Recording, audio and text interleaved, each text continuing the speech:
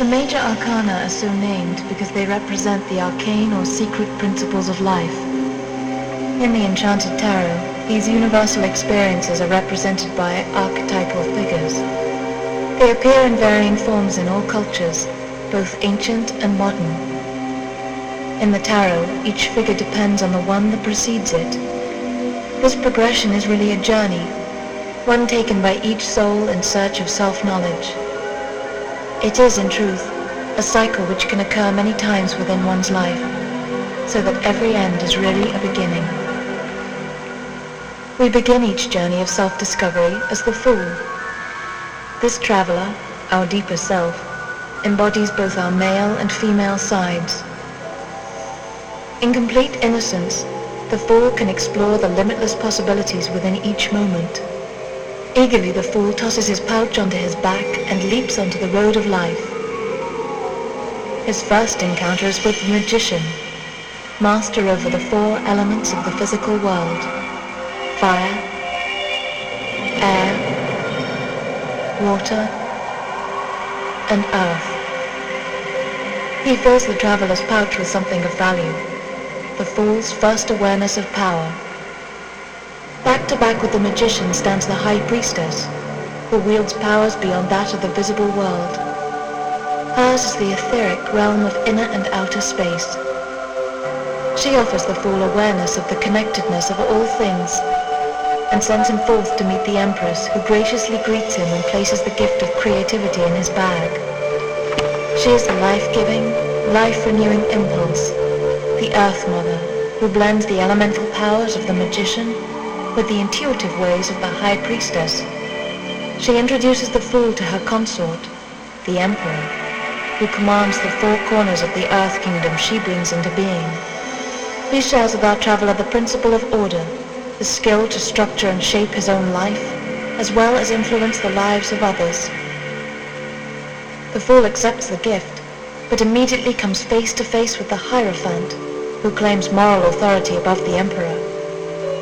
Although just a man, he aspires to give structure to the realm of spirit and places the gift of tradition in the magic pouch. The problem of being just a man, or a just man, is encountered upon entering the realm of the lovers. Here one is faced with the eternal dilemma of whether to make choices based on desire or on the dictates of society. Are our hearts clouded or pure? The lovers give him a bittersweet offering for his pouch. The Fool escapes from the lover's dilemma in the chariot. Decisive action carries our hero forward as he fills his pouch with determination. He realizes that he alone must take control. Now he faces the greater challenges of the psychic plane. His next encounter is with a beautiful maiden. A lion rests at her feet. Her gift of strength carries with it the underappreciated power of gentleness. Our soul traveler is in a quiet mood when he meets the hermit, walking a path he has followed since passing his own test of strength. He gives the Fool the power to identify and follow a true path. The wise hermit can give the impression that the path is sure, but the wheel of fortune teaches that change is the only constant companion on this spirit journey. Turning always, the wheel brings fortunes both good and bad. Sometimes neither wisdom nor strength will enable us to escape the fate we have created for ourselves. The welcome face of the angel of justice appears just as our hero is down on his luck. Her balance returns him to his center. The Fool falls asleep in her arms, the scales of justice sliding into his pouch. When he awakens, he looks up to see a man, hanging by one ankle, who seems strangely content. The Fool rubs his eyes and looks again, because the man reminds him so much of himself. What is he awaiting? And why does he seem to enjoy being suspended? What does he see from that perspective? The Fool decides to see for himself. As he hangs upside down, his pouch feels lighter and he realizes it is empty, as all the gifts he has received have become part of him. Unencumbered, he realizes that he, too, needs emptying. He lets go. Death is not what you believe. It is not to be feared. It is not an end, but a profound change. The fool crawls into his magic pouch to wait. Death reveals mysteries of life that the other gifts cannot. Emerging from the magic bag, he looks different, altered. The angel of temperance stops to give him a drink. When he eagerly asks what it is, she offers to teach him how to perfectly combine the ingredients. If he learns well, he will receive a rare gift, that of the art of patience and practice. He will need her powerful elixir in his pouch, for the host of our next stop on the journey is the devil.